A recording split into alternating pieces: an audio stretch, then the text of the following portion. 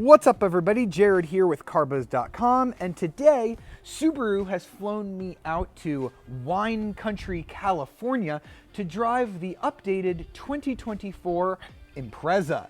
Now, the Impreza is a little bit different for this 2024 model year. There is no more manual transmission, I'm sorry enthusiasts, and those of you who were looking for an Impreza sedan will find that this model is now a hatchback only. Subaru says that about 75% of its Impreza sales came from the hatchback model, so they had to decide on one, so the hatchback won out. Now, the version that we are driving here today is the RS trim. It is the sportiest and most powerful of the bunch. It has a larger 2.5-liter engine, which has not been available on the Impreza for quite some time. So if you are looking for the sportiest, most powerful Impreza, this is the one you're going to want to buy. We've got this really luscious red color that I'm really digging. I like that Subaru didn't put the big cladded fender flares on this model just like they did for the WRX and like they do on the Crosstrek, giving it these more clean lines that I think are very handsome.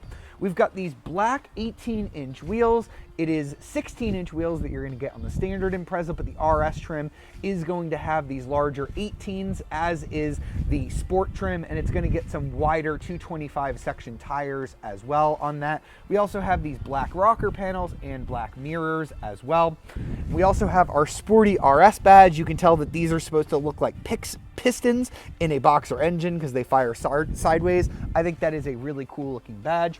The wheelbase is about 176 inches. It is unchanged from the previous generation model, although this new version is a little bit taller and a little bit wider than the model it replaces. Dimensionally, this isn't too different from the outgoing Impreza.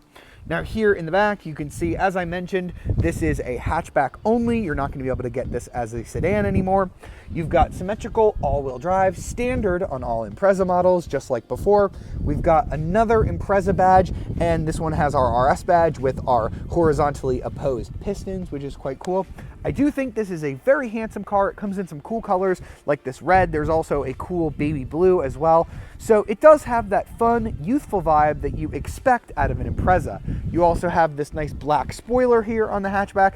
I really wish they would do a WRX based on this because this is a really handsome design. Now, in terms of rear legroom, we've got a little over 36 inches back here. You can see that on the RS trim, we have this very sporty cloth material. We've got kind of this mesh here in the middle that I really like, and then we've got red accents as well, giving this a more sporty flavor.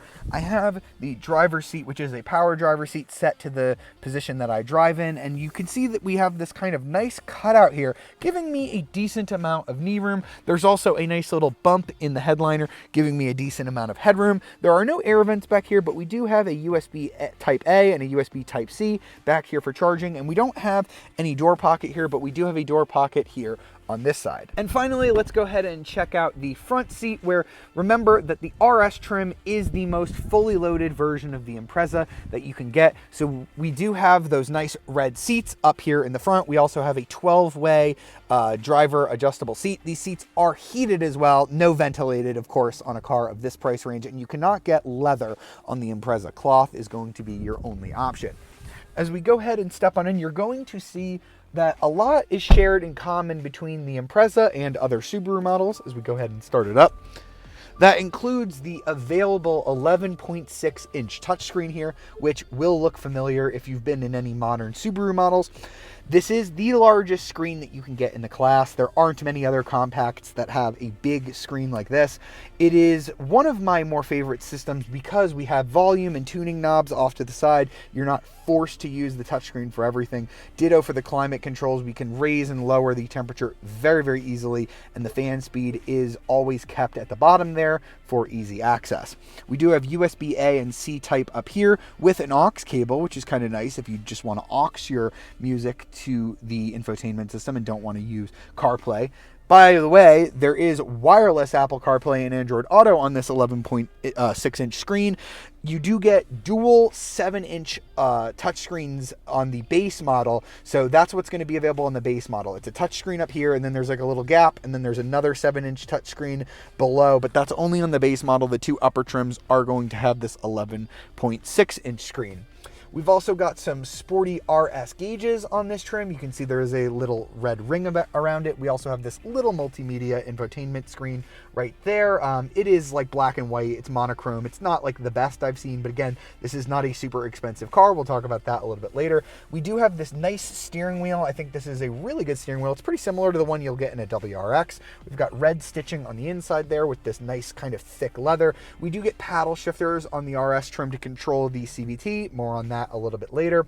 And Subaru EyeSight, which is going to live up here, gets you all of your safety stuff. That is standard on all Imprezas. It's going to get you things like the steering assist, adaptive cruise control, which is pretty fantastic. I won't be mentioning it out on the drive, but we do have the SI drive functions here. Basically, that's going to just tune the CVT and the throttle a little bit sharper when you put it in S versus I, but I didn't think there was really a big enough difference to talk about it much when we get out on the road. And before we get it out on the road, I want to mention that we do have one optional package here on this RS trim. It's $2,070. It's going to get you a 10-speaker Harman Kardon audio system, which I do think sounds really good, especially at this price point. We also get a moonroof as part of that package. Moonroof does not come standard on the RS trim. And we also get, I misspoke earlier, a 10-way adjustable driver seat. So it is going to be manual on the RS trim unless you get that $2,000 package. All right, so now we're underway in the new 2024 Subaru Impreza. And let's first start talking about the engines. There are only two options here. The base and sport trims are going to have a 2-liter Boxer 4-cylinder engine with 152 horsepower and 145 pound-feet of torque.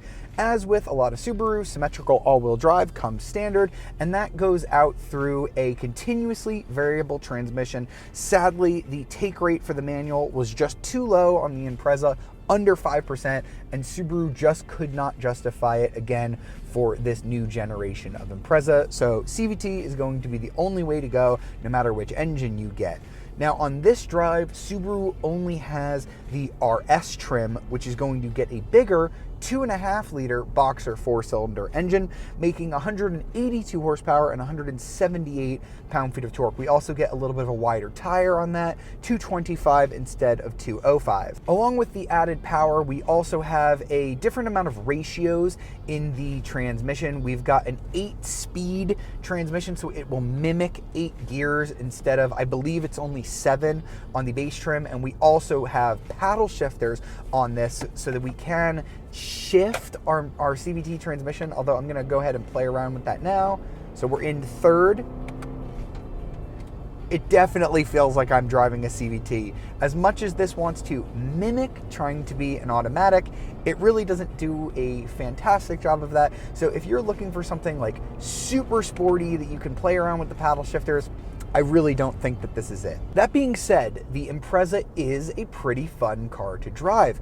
We've got the same pinion steering that we have in the WRX. I don't think it's exactly the same as the WRX. It's just the same type of steering rack, but it is really sharp, and I can chuck the Impreza into corners pretty well. We are on this really beautiful California back road, and via the combination of the light but accurate steering and the grippiness of this all-wheel drive system, I am having a lot of fun tossing this car through corners, a little bit more fun than I would be having maybe in the Crosstrek, which is a little bit higher up and has a little bit more body roll. Subaru does say that this new Impreza is about 10% more torsionally rigid, which I guess I am feeling, but again, like I've been saying in a lot of my Subaru reviews, these cars just naturally drive well. They do naturally have good handling. This might not be a very overpowered car, and it might not have the most sporty transmission,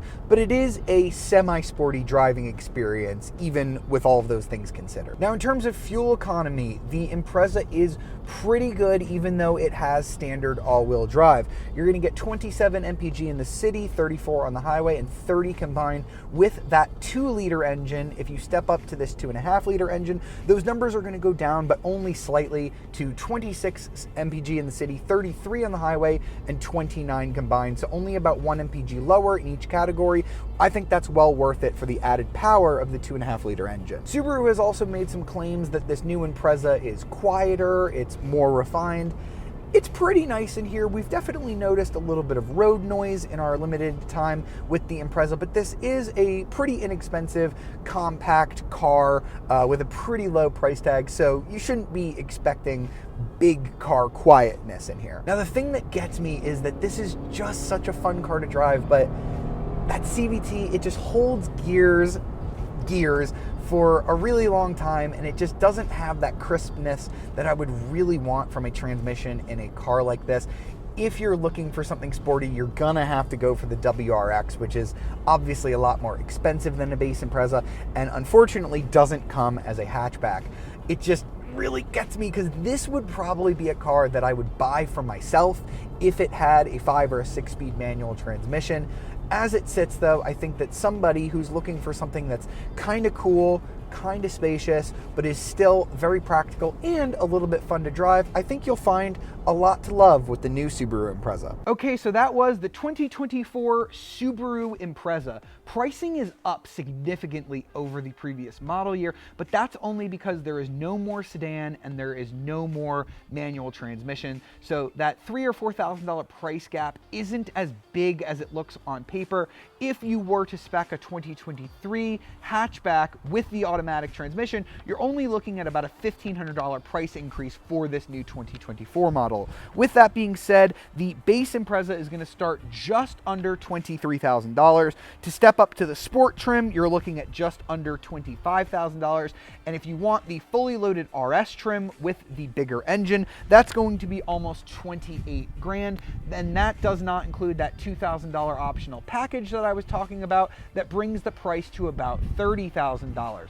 That is still a really low number to spend on what is a very fun to drive, very well equipped, very safe all-wheel drive hatchback. If you're looking at anything similar, the only thing close is going to be the Mazda 3. That's going to start at about $30,000, which is where this Impreza is going to top out at.